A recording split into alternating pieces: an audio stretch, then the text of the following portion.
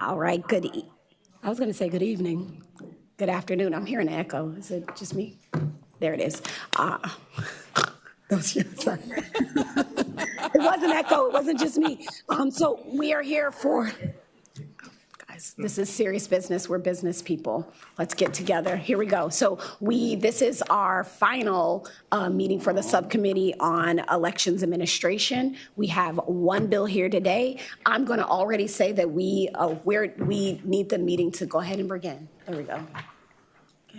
There it is. So they missed all that funfair. This is our final subcommittee on a meeting for the elections administration. I'm looking around the room saying we have a quorum. We do not need to take roll. We have one bill up here, Senate Bill 428. Senator Van Valkenburg, you have the floor. Well, Madam Chair, thank you, and I'm honored to be your only bill today. And this is the one thing I miss about the House of Delegates is this committee and this subcommittee. So, and I'm saying that sincerely. It's the one thing I miss. It's the one thing I miss, Delegate Price. I love y'all. Speaking to the bill. Let's go. Well, first we have a substitute, so I'll move the substitute. Or have you guys move the substitute? Before we move the substitute, do you mind giving us a little snapshot of what the substitute is? Sure. Yeah. So Senate Bill 428 originally did kind of two things. And I think both of them were kind of clean up. But one was when we passed the initial local government policy a couple years ago, the permissive policy where localities can opt into doing ranked choice voting. I think we wrote it in a way where not every locality can do it because of kind of constitutional officers and stuff like that. So it had that clarifying language, which will be out of the substitute. Okay. The second thing it did, when we talked to elect after the November election and had meetings with them, they voiced concerns about kind of the posture of ranked choice voting in the law, and they put out a report about it in November. And so I said, well, we should fix that. And so the second thing and the main thing and the only thing this bill does with this, once we adopt the substitute, is it addresses their concerns. And so the language you're going to see in the substitute makes it seem like the substitute is bigger than it is, but that's because there was a snafu between Senate DLS and the clerk's office and how it got transmitted. Really, most of the language you're seeing in this substitute is what we actually passed. But it basically kind of does two things. And the two things, like I said, are from the elect report on how we can put the RCV we can already do on sounder legal footing and administrative footing. It would direct localities and their electoral boards to do a couple things. So 1, agree upon a suitable facility in which to securely store election materials. 2, provide for secure delivery of election materials. 3, make sure that the final tabulation is open to the public. 4, it would set up reporting on the preliminary election results. 5 would outline the steps that must be taken by election officials to ensure that a damaged machine-readable ballot is properly counted. It would also, and this is the second thing it would do, it would direct the State Board of Elections to create rules and forms to regulate and document the chain of custody. It would provide standards and oversight for vote counting software, require procedures for voting in rounds and determining election winners, create and modify recount procedures, and produce and publish generalized voter education materials on ranked choice voting. And so that's what it does. All right, so is there a motion to accept the substitute? So move. It has been moved and properly second. All of those in favor say aye. Aye. All opposed? The substitute has been adopted. Is there anything further that you'd like to say about your bill, Senator? The only thing I would say is just wrapping that all up, because I said a lot of technical things, is that, once again, this is trying to make sure that the ranked choice voting we can already do is on sound legal footing and the procedural footing, and that's for elects purposes and also for the localities' purposes. All right, thank you, Senator. Is there anyone in the audience wishing to speak in favor of the bill? Just a question. Oh, my apologies. Delegate Bloxham. Senator, okay, so this does not expand it any more than what it is. It just helps elect. Correct. Thank you. Yep. I should say now with the substitute that we adapted. Yes. That is for clarity with the substitute. Delegate Srinivasan. Thank you, Madam Chair. Senator, quick question about funds to the outreach. I mean, I saw your substitute, and those are wonderful, terms, but there's no funding for this, right? To do the outreach. Your substitute bill basically makes it clear of what the current law is, what can be done. It doesn't expand. It kind of codifies specific things that will happen, but it doesn't provide any funds. Right. Right, and they don't need funds. This is just a very low-level generalized voter education material that they'd be doing. I think the way to think about this bill is that, in 2020, regardless of if you agreed with the policy, we made a lot of voting changes that expanded access, and then in 2021, Senator Deeds and myself came with a cleanup bill, right, that helped, make sure that we were in good legal footing, structurally sound elections, and so I think we already passed that RCV local permissiveness. This is making sure that the electoral boards, the Department of Election, have the legal footing they need to do the elections that they can already do. Madam Chair, can I have a follow-up question? Delegate Srinivasan. Thank you, Madam Chair. Senator, since the law went into effect, there has been some elections, right, with RCV? Yeah, Madam Chair, I would say yes. It was. I get my A's mixed up. It's Alexandria or Arlington? Arlington. You're all Northern Virginia. It's all the same. I'm just kidding. That was a joke. Arlington did it, and the Department of Elections put out a report upon completion of that election about how it went, what we needed to do under law, the resources or the tools they felt that they needed by law to do them well. Thank you. Yep. Madam Chair Price. Yeah, speaking to the bill, kind of, sort of. I just wanted to add that when we passed the Voting Rights Act of Virginia, there was a voter outreach and education fund established. So there are funds that are available for this very purpose. So as new and innovative things come about, making sure that the public does get the outreach that they need. I thank you for that clarity, Madam Chair. Are there any further questions from the subcommittee? Seeing none, is there anyone in the audience wishing to speak in favor of the bill? Good afternoon, Madam Chair, members of the subcommittee. My name is Liz White. I'm the Executive Director of Upvote Virginia. We support this bill in its current form. It answers, the remaining language answers a lot of open questions, puts a lot of minds at ease, and I think will make it easier for more localities to join Arlington in utilizing the existing pilot program. So I encourage you to support this bill. Thank you so much. Thank you. Is there anyone in the audience wishing to speak in opposition to the bill? Okay.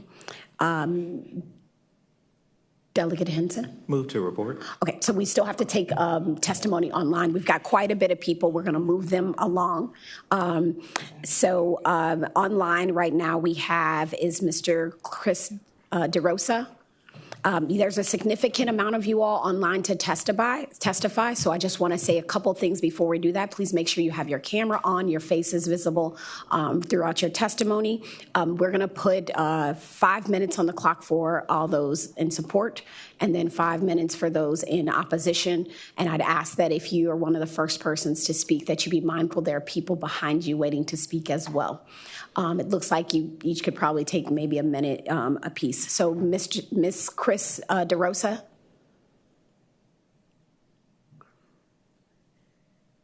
Okay. She's there. She just needs to unmute. Ms. DeRosa, we need you to unmute. There she goes. No, she just muted herself again. Okay. We will come back to you, Ms. DeRosa. Ms. Joan Porte.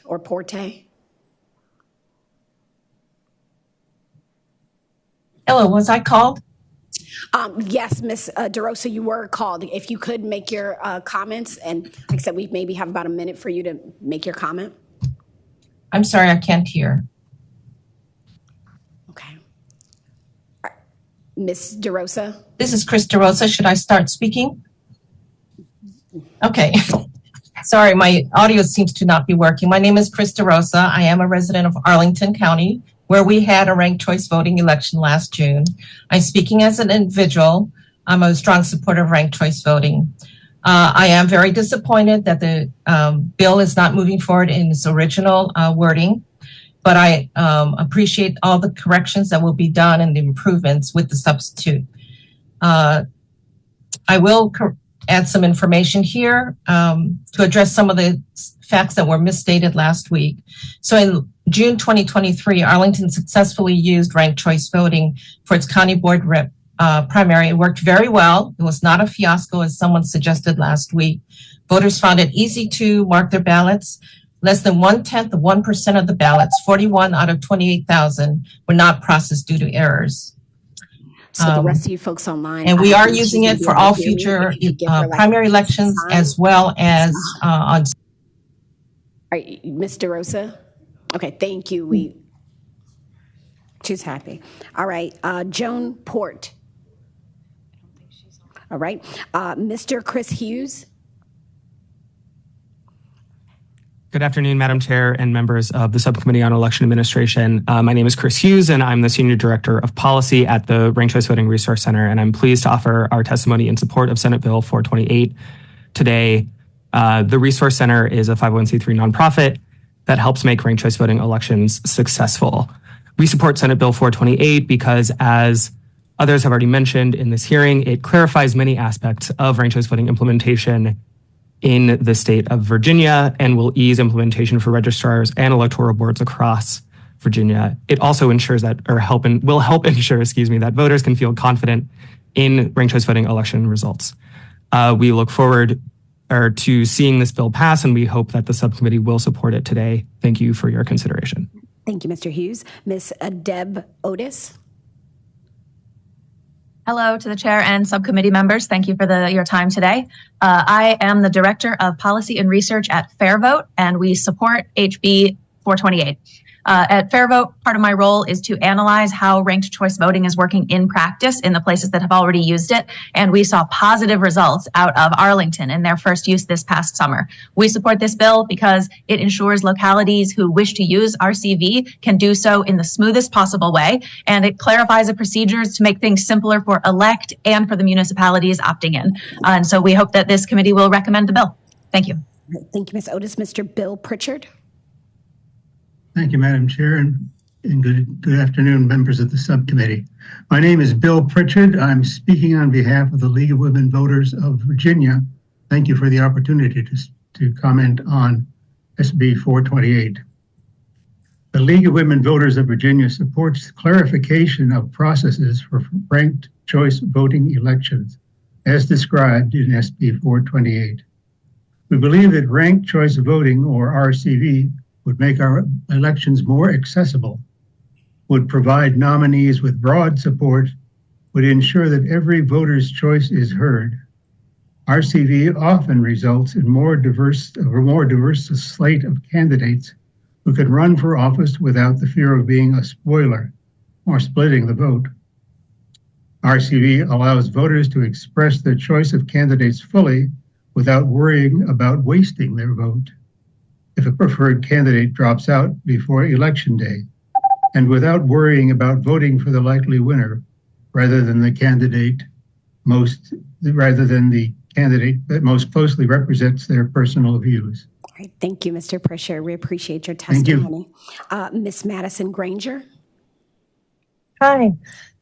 Thanks for giving me the opportunity to speak. I'll be speaking in favor of ranked choice voting in general, in favor of passing this bill. I'll echo that I am sad to see the bill will lose its original thrust, but I am appreciative of efforts to clean up the language and make sure that RCV is able to be defended and used. I am in Arlington County where it has been used. I've been excited, honestly, to be at a county that is able to experiment with this and to show other counties in Virginia and in other states that this is an effective tool that can help us elect more broadly representative politicians, can help tamp down on polarization. And I hope that the legislature continues to give localities in Virginia the opportunities to lead the way nationwide in showing that RCV can be effective and can be a great tool to help our politics become less polarized and more effective. So thank you. All right. Thank you, Ms. Granger. Mrs. Melanie Clark? Oh, you muted yourself. Good afternoon, Madam Chairwoman and members of the committee. I am Melody Clark with Virginia Institute Action. I join you to oppose SB 428, allowing ranked choice voting for local elections and constitutional offices. Please do not further expand RCV. I would note that if RCV were a simple process, we would not now be playing cleanup on the original enabling legislation. Extensive research has shown that ranked choice voting disenfranchises and suppresses the vote of minority voters. We need look no further than Washington, D.C. It is a majority-minority jurisdiction where the D.C. City Council heeded the very sage advice of the Washington, D.C. Democratic Party and did not implement ranked choice voting because they care about the voting rights of their minority population. They pointed to data showing residents were already more likely to pick just one candidate in races where they are allowed to vote for two. The party noted as well that an analysis of ranked choice voting in New York City indicated that lower income areas were less likely to participate in the voting process. Please vote no on this legislation and do not further enable the process that disenfranchises our Virginia voters. Thank you. Ms. Clark. Ms. Ann Gregorian.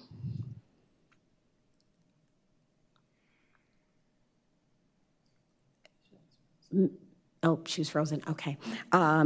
Dr. Clara Bell Wheeler. Oh, you're on mute, Dr. Wheeler. Seems that everyone's having trouble with the mute button this afternoon. Good afternoon, almost evening, Madam Chairman, members of the committee.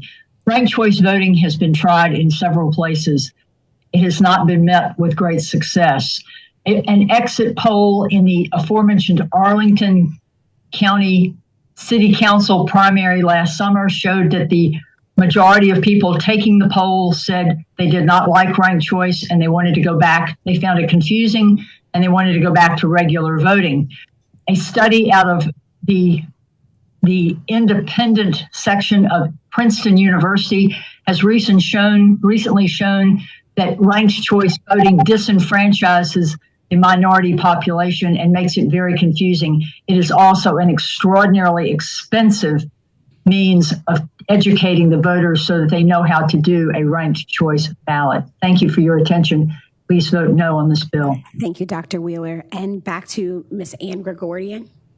Thank you. I'll be brief. I was interested that the patron said that education would be a low-level outreach. UCAVA's never low-level. Non-English speaking communities are never low-level outreach, and vulnerable voters, such as those in nursing homes or with disabilities, are never low-level. I'm surprised that statement was made about ranked choice voting. But I would also like to say, two of your people that testified today, Ms. White and Ms. Otis, for their respective organizations, I've watched their training. I watched their training early on when ranked choice became an option. And the videos explain the whole scheme of ranked choice voting. The training participants asked, what if a voter asks about the tabulation? The response from both of the people conducting the training, if a voter becomes too interested in how RCV is tabulated, just deflect. Continue to remind them. It will just cause confusion for the voter. Just keep telling them all about how easy it is to pick your favorite flavor of ice cream. That sums it up. We should not implement this ranked choice voting option. It's not fair. It is just not a fair option. Thank you very much. Thank you, Ms. Gregorian.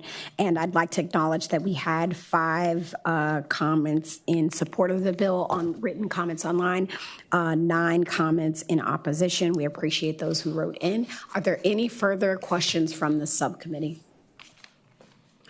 Senator Van Valkenburg, would you like to have the last word? I'll just speak to the voter education piece. It says the state board shall produce generalized voter education materials on ranked choice voting. It's not saying we're going to not give it to certain groups of people. The basic idea was just that, this isn't like the board's not going to be going into communities and doing these huge seminars that would cost a lot of money, which was getting to the point that the delegate was asking. So we're not leaving anybody out with the training materials. I just want to make that clear. But Thank otherwise, you, I'm good. Thank you, Senator.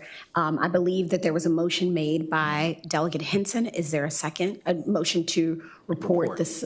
The substitute. Okay. There has been a motion to report the substitute. So it has been moved and properly second. The clerk will open the rolls. Members, put your vote on the electronic voting board.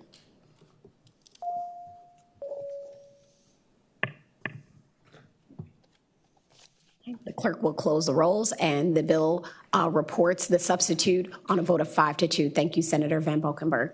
Madam Chair, members of the committee. Great. That concludes the business of the committee. I'll entertain a motion to adjourn. Second is moving. All those in favor say aye. All those opposed? All right, meeting is adjourned.